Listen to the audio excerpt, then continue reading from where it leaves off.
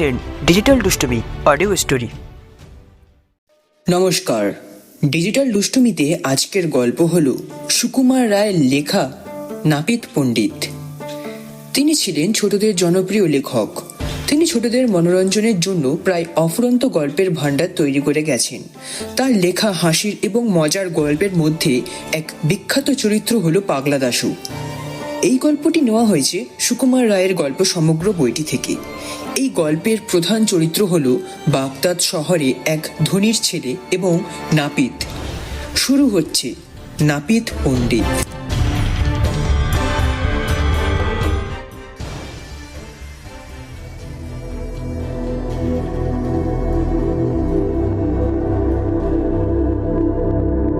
Baghdad শহরে এক ধনীর ছেলে প্রতিজ্ঞা করে বসল সে কাজের মেয়েকে বিয়ে করবে। কিন্তু প্রতিজ্ঞা করা যত সহজ, কাজটা তত সহজ নয়। সুতরাং কিছুদিন চেষ্টা করে সে বেচারা একেবারে হতাশ হয়ে পড়ল। দিনে আহার নেই, রাত্রে নিদ্রা নেই, তার কেবল ওই এক চিন্তা, কি করে কাজের মেয়েকে বিয়ে করা যায়। বিয়ের সবচাইতে বড় বাধা কাজী সাহেব স্বয়ং। সকলেই বলে, বাবু হে, কাজী সাহেব এই স্পর্ধার কথা জানতে পারলে তোমার একটি হাড় আস্ত রাখবেন না। বেচারা কি করে, ক্রমাগত ভেবে চিনতে সে রীতিমতো জ্বর এনে ফেলল। বন্ধুবান্ধব বলতে লাগলো, ছেলে বাঁচলে হয়। এর মধ্যে হঠাৎ একদিন এক বুড়ি এসে খবর দিল, বিয়ে সমস্ত ঠিক, কাজী সাহেবকে না জানিয়ে এখন চুপচাপ বিয়েটা হয়ে যাক, তারপর সুবিধা মতো তাকে খবর দেওয়া হবে। তখন তিনি গোল করে আর কি করবেন। সে আরও বলল যে শুক্রবার সন্ধ্যার সময় কাজী সাহেব বাড়ি থাকবেন না, সেই সময় বিয়েটা সেরে ফেল, কিন্তু খবরদার কাজী সাহেব যেন এসব কথার বিন্দুমাত্র জানতে না পারেন। শুক্রবার দিন ভোর না হতেই বর বেচারা হাত মুখ ধুয়ে প্রস্তুত।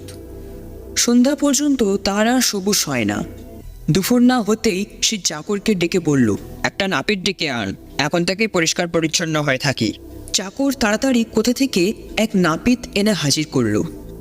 নাপিত এসেই বরকে বলল, আপনাকে বড় কাহিল দেখছি, যদি অনুমতি করেন তো ছড়ি দিয়ে বাঁ হাতের একটুখানি রক্ত ছাড়িয়ে দিই, তাহলেই সমস্ত শরীরটা ঠান্ডা বোধ করবেন। না হে, তোমাকে চিকিৎসার জন্য ডাকিনি, আমার দাড়িটা একটু চটপট কামিয়ে দাও দেখি। নাপিত তখন তার সরঞ্জামের থলে খুলে অনেকগুলো খুর বার করল। তারপর প্রত্যেকটা খুর হাতে নিয়ে বারবার পরীক্ষা করতে লাগলো। এইভাবে অনেকটা সময় সে নষ্ট করে সে একটা বাটির মতো কি একটা বার করলো। বর ভাবল এইবার বাটিতে জল দিয়ে কামানো শুরু করবে, কিন্তু নাপিত তার কিছুই করলো না। সে অদ্ভুত একটা কাঁটা কম্পাসের মানযন্ত্র নিয়ে ঘরের বাইরে উঠোনের মাঝখানে গিয়ে সূর্যের গতিবিধির কী সব হিসাব করতে লাগলো। তারপর আবার গম্ভীরভাবে ঘরে এসে বলল, মহাশয়, হিসাব করে দেখলাম এই বৎসর এই মাসে এই শুক্রবারের ঠিক এই সময়টি অতি চমৎকার শুভক্ষণ, দাড়ি কামাবার উপযুক্ত সময়।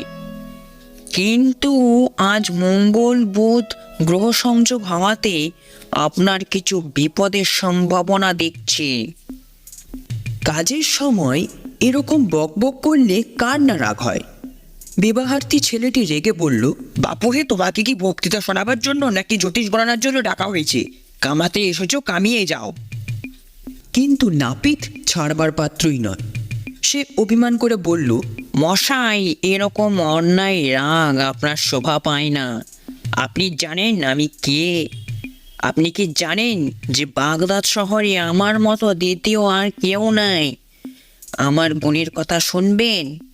আমি একজন বিচক্ষণ চিকিৎসক, রসায়ন শাস্ত্রে আমার অসাধারণ দখল, আমার জ্যোতিষ গণনা একেবারে নির্ভুল, নীতিশাস্ত্র, ব্যাকরণ শাস্ত্র, তর্কশাস্ত্র এ সমস্তই আমার কণ্ঠস্থ। জ্যামিতি থেকে শুরু করে বীজগণিত, পাটিগণিত পর্যন্ত গণিত শাস্ত্রের কোনো তত্ত্বই জানতে বাকি রাখিনি। তার উপর আবার আমি একজন পাকা দার্শনিক পণ্ডিত, আর আমি যে সকল কবিতা রচনা করি সমজদার লোকের মুখে তার সুখ্যাতি আর ধরে না। নাপিতের এই বক্তৃতার দৌড় দেখে ছেলেটি ভীষণ রাগের মধ্যেও হেসে ফেলল। সে বলল, তোমার বক্তৃতা শুনবার ফুরসত আমার নেই। তুমি কামানো শেষ করবে কিনা বলো, না করে চলে যাও। নাপিত বলল, এই কি আপনার উপযুক্ত কথা হলো? আমি কি আপনাকে ডাকতে এসেছিলাম, না আপনি নিজেই লোক পাঠিয়ে আমাকে ডাকিয়েছিলেন? এখন আমি আপনাকে না কামিয়ে গেলে আমার মান সম্ভ্রম থাকে কি করে? আপনি সেদিনকার ছেলে, আপনি এসবের কদর বুঝবেন কি? আপনার বাবা যদি আজ থাকতেন তবে আমাকে ধন্য ধন্য বলতে, কারণ তার কাছে কোনোদিনই আমার সম্মানের ত্রুটি হয়নি। আমার এ সকল আমূল্য উপদেশ শুনবার সৌভাগ্য সকলে পায় না, তিনি তা বেশ বুঝতেন। আহা, তিনি কি চমৎকার লোকই ছিলেন! আমার কথাগুলি কত আগ্রহ করে তিনি শুনতেন, আর কত খাতির, কত তেওয়াজ করে, কত অজস্র বকশিস দিয়ে তিনি আমায় খুশি রাখতেন। আপনি তো সেসব খবর রাখেন না। এই রকম বক্তৃতায় সে আরও আধ ঘন্টা সময় কাটিয়ে দিল। এদিকে বেলাও বাড়ছে, বিয়ের জন্য প্রস্তুত হতে হবে। কাজেই বর একেবারে সপ্তমে চড়ে বলল, যাও যাও, তোমায় কামাতে হবে না। নাপিত তখন তাড়াতাড়ি খুর নিয়ে কামাতে শুরু করলো, কিন্তু খুরের 2-4 টান দিয়ে সে আবার থেমে বলল, মশাই, ওরকম রাগ করা ভালো নয়। ভেবে দেখুন, জ্ঞানে গুণে বয়সে সব বিষয়েই আপনি ছেলে মানুষ। তবে অবশ্যই আপনার যেরকম তাড়া দেখছি তাতে বোধহয় আপনি আজকে একটু বিশেষ ব্যস্ত আছেন। এরকম ব্যস্ততার কারণটা কি জানতে পারলে আমি সমস্ত ব্যাপারটা বুঝে ঠিক ভালো মতো ব্যবস্থা করতে পারি। এই বলেই সে আবার তার মানযন্ত্র নিয়ে হিসাব করতে লাগলো। যতই তাড়া দেওয়া যায় ততই সে বলে, এই হিসাবটা হলো বলে। তখন বেগতিক দেখে বর বলল, আরে ব্যাপারটা কিছু নয়, আজ রাতে আমার এক জায়গায় নিমন্ত্রণ আছে, তাই বড় তাড়াতাড়ি। এই কথা শোনা মাত্র নাপিত একেবারে মাথায় হাত দিয়ে বসে পড়ল। সে বলল, ভাগ্যিস মনে করিয়ে দিলেন।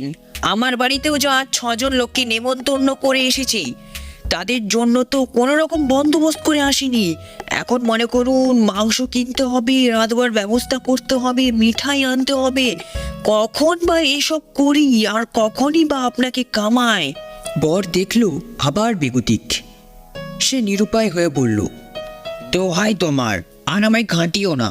আমার চাকরকে বলে দিচ্ছি, তোমার যা কিছু চাই আমার ভাড়ার ঘর থেকে সমস্তই সে বার করে দেবে। তার জন্য তুমি মিথ্যে ভেবো না। নাপিত বলল, এই অতি চমৎকার কথা। দেখুন, হামামির মালিশওয়ালা জন্তু, আর ওই যে কড়াইশুঁটি বিক্রি করে শালি, আর ওই শিম বেচে শালত, আর আখের তরকারিওয়ালা, আর আবু মেকারেজ ভিস্তি, আর পাহারাদার কাশেম, এরা সবাই ঠিক আমার মতো আমুদি। এরা কখনো মুখ হাঁড়ি করে থাকে না, তাই এদের আমি নেমন্তন্ন করেছি। আর এদের একটা বিশেষ গুণ যে এরা ঠিক আমারই মতো চুপচাপ থাকে, বেশি বকবক করতে ভালোবাসে না। একজন লোক থাকে, তারা সব সময়ই বকর বকর করছে, আমি তাদের 2 চোখে দেখতে পারি না। এরা কেউ সেরকম নয়, তবে নাচতে আর গাইতে এরা সবাই ওস্তাদ। যন্ত্র কিরকম নাচে দেখবেন, ঠিক এই রকম।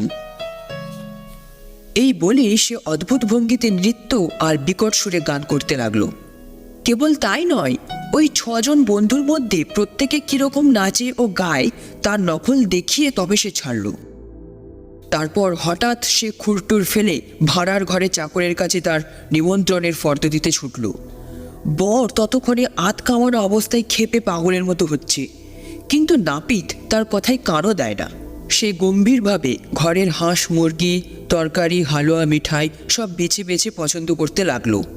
তারপর আরও অনেক গল্প আর অনেক উপদেশ শুনিয়ে অতি ধীর মেজাজে 4.5 ঘন্টায় সে তার কামানো শেষ করলো। আবার যাবার সময় বলে গেল, দেখুন, আমার মতন এমন বিজ্ঞ, এমন শান্ত, এমন অল্পভাষী হিতৈষী বন্ধু আপনি পেয়েছেন, সেটা কেবল আপনার বাবার পুণ্যে। আজ হতে আমি আপনার কেনা হয়ে রইলুম। নাপিতের হাত থেকে উদ্ধার পেয়ে বর দেখল আর সময় নেই। সে তাড়াতাড়ি বিয়ে করতে বেরিয়ে পড়ল। লোকজনকে সঙ্গে নিল না এবং কাউকেও খবর দিল না, পাছে কথাটা কোনো গতিতে কাজী সাহেবের কাছে ফাঁস হয়ে যায়। এদিকে নাপিতও কিন্তু নিশ্চিন্তে থাকেনি।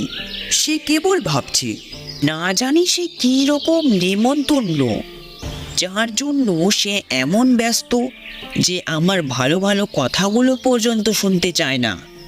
ব্যাপারটা দেখতে হচ্ছে। সুতরাং বর যখন সন্ধ্যার সময় বাইরে বেরোলো, নাপিতও তার পিছন পিছন লুকিয়ে চলল। বর সাবধানে কাজীর বাড়ি হাজির হয়ে খবর নিল যে কাজী সাহেব বাড়িতে নেই। এদিকে সব আয়োজন প্রস্তুত, তাড়াতাড়ি বিয়ে সারতে হবে। তবে হঠাৎ যদি কাজী সাহেব এসে পড়েন, তার জন্য ছাদের ওপর পাহারা বসানো হলো। তাকে আসতে দেখলেই সে চিৎকার করে সংকেত করবে এবং বরকে খিড়কি দরজা দিয়ে পালাতে হবে। এদিকে হতবাগা নাপিতটা বাড়ির বাইরে থেকে যে আসে তাকেই বলে, তোমরা সাবধানে থেকো, আমাদের মনিবটি কেন জানি এই কাজের বাড়িতে ঢুকেছে, তার জন্য আমার বড় ভাবনা হচ্ছে। বিয়ে আরম্ভ না হতেই মুখে মুখে এই খবর রটে বাড়ির চারিদিকে ভিড় জমে গেল। তা দেখেই ছাদের উপর সেই পাহারাদার ব্যস্তভাবে ডাক দিয়ে উঠল।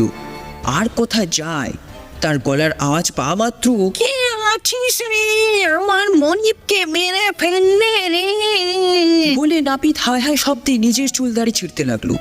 তার বিকট আর্তনাদে চারিদিকে এমন হই হই পড়ে গেল যে স্বয়ং কাজী সাহেব পর্যন্ত গোলমাল শুনে বাড়ি ছুটে এলেন।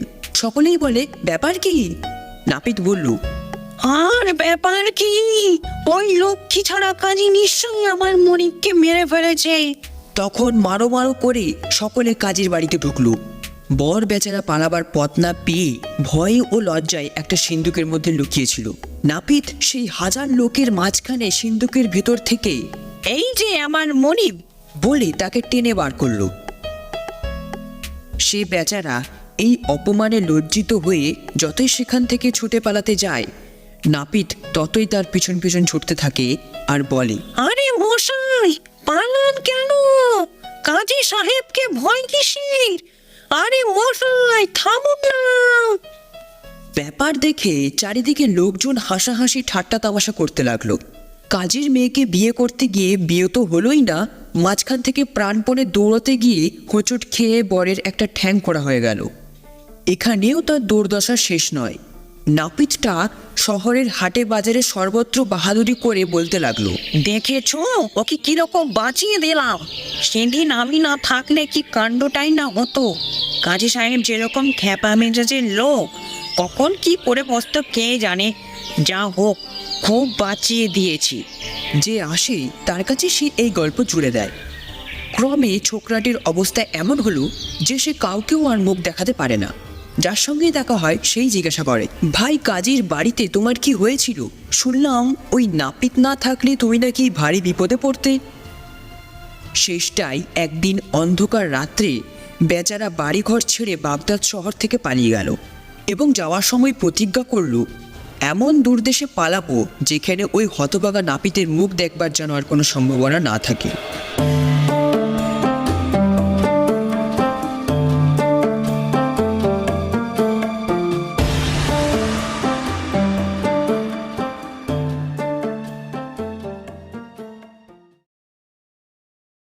এতক্ষণ শুনছিলেন ডিজিটাল দুষ্টুমি অডিও স্টোরি। গল্পটি ভালো লাগলে একটি লাইক দেবেন এবং আমাদের চ্যানেলে নতুন হয়ে থাকলে চ্যানেলটিকে সাবস্ক্রাইব করে পাশে থাকা বেল আইকনে ক্লিক করতে অবশ্যই ভুলবেন না। আপনার সহযোগিতার জন্য ধন্যবাদ।